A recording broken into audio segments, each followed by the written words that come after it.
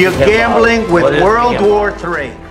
গতকাল হোয়াইট হাউসে যা ঘটেছে সেটা ইতিহাসে লেখা থাকবে। বিশ্ব রাজনীতিতে আজ পর্যন্ত এমন কিছু কখনো ঘটেনি। কোন দেশের রাষ্ট্রপতিকে আমেরিকার ভিতরে এমন অপমান আগে কখনো করা হয়নি। ডোনাল্ড ট্রাম্প ইউক্রেনের রাষ্ট্রপতি ভ্লাদিমির জেলেনস্কিকে আক্ষরিক অর্থে তার বাড়িতে ডেকে অপমান করেছেন। সবার আগে আপনি এই ভিডিওটা দেখুন, যেটা হোয়াইট হাউস প্রকাশ করেছে।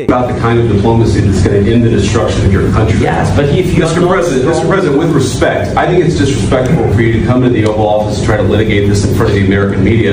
Right now, you guys are going around and forcing conscripts to the front lines because you have manpower problems.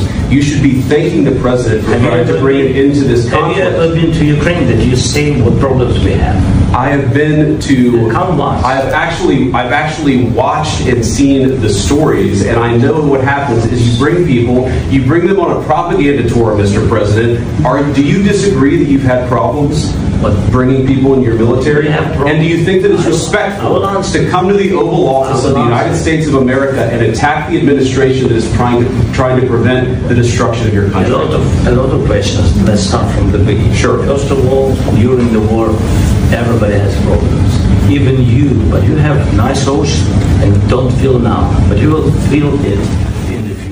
এখানে এটা বলা হচ্ছে, আমি সেই ধরনের কূটনীতি এবং আপনার দেশের ধ্বংস সম্পর্কে কথা বলছি। মিস্টার প্রেসিডেন্ট, সম্মানের সঙ্গে বলছি, আমি মনে করি এটা সম্মানজনক যে আপনি ওভাল অফিসে এসে এই বিষয়টা আমেরিকান মিডিয়ার সামনে উত্থাপন করছেন। আসলে বিষয়টা এমন ছিল যে ইউক্রেনের প্রেসিডেন্ট জেলেনস্কি আমেরিকা এসে মিডিয়ার সামনে নিজেকে বেশি চতুর দেখানোর চেষ্টা করছিলেন। জেলেনস্কি ভেবেছিলেন যে তিনি আলোচনার মাধ্যমে নিজের জন্য আরো অনুকূল ফলাফল বের করতে পারবেন। কিন্তু ডোনাল্ড ট্রাম্প এবং আমেরিকার ভাইস প্রেসিডেন্ট জেডি ভ্যান্স মিডিয়ার সামনেই তাকে চুপ করিয়ে দেন। ধমক দিয়ে বলা হয় যে টেবিলের ওপর যে চুক্তি আছে সেটাতে সই করতে চাইলে করুন, না হলে হোয়াইট হাউসে এসে আমাদের সময় নষ্ট করবেন না। আমরা এই চুক্তি স্বাক্ষর করে আসলে আপনাদের ওপরই দয়া করছি এবং ইউক্রেনের উচিত ডোনাল্ড ট্রাম্পের প্রতি কৃতজ্ঞ থাকা, কারণ তিনি এই চুক্তি নিয়ে এসেছেন যা দুই দেশের জন্যই লাভজনক। মাঝখানে যখন জেলেনস্কি কিছু বলতে চাইলেন, নিজের পয়েন্ট তুলে ধরার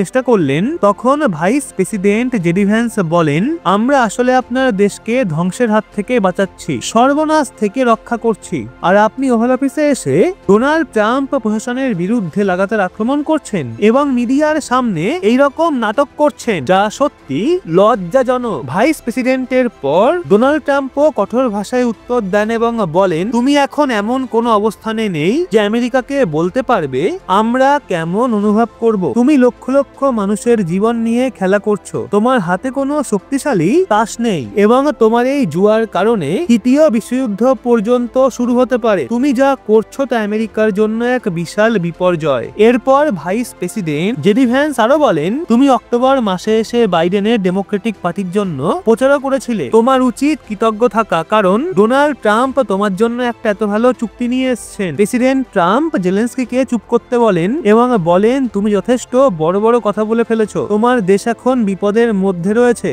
এবং তুমি এই যুদ্ধ জিততে পারবে না। যদি তুমি আমাদের সঙ্গে থাকো তাহলে হয়তো তোমার কিছু সম্ভাবনা তৈরি হতে পারে। আমাদের এক বোকা প্রেসিডেন্ট অর্থাৎ নির্বোধ প্রেসিডেন্ট জো বাইডেন তোমাকে $350 বিলিয়ন দিয়েছেন, অনেক সামরিক অস্ত্র দিয়েছেন এবং যদি আমরা তোমাকে সাহায্য না করতাম তাহলে এই যুদ্ধ 2 সপ্তাহের মধ্যেই শেষ হয়ে যেত। অর্থাৎ যদি আমেরিকা ইউক্রেনকে অস্ত্র এবং টাকা না দিত তাহলে রাশিয়া 2 সপ্তাহের মধ্যে ইউক্রেনকে পরাজিত করত।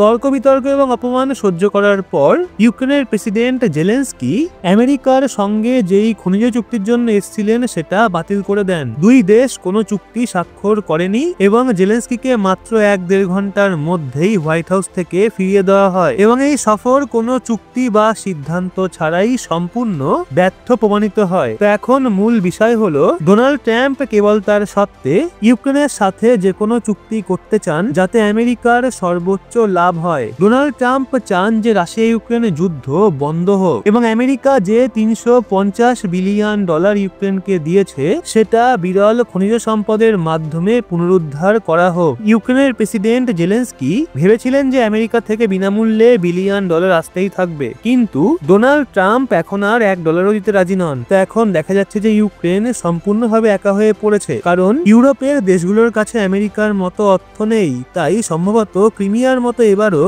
ইউক্রেনকে তাদের একটা বিশাল অঞ্চল রাশিয়ার হাতে তুলে দিতে হতে পারে, কারণ আমেরিকার সমর্থন ছাড়া ইউক্রেন দীর্ঘ সময় টিকতে পারবে না। তো যাই হোক, এই পুরো ঘটনা কি আপনার মতে ঠিক ছিল?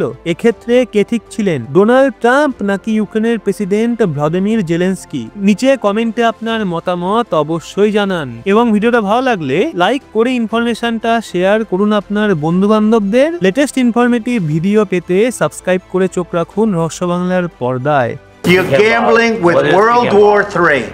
And what you're doing is very disrespectful to the country, this country, that's backed you far more than a lot of people said they should have.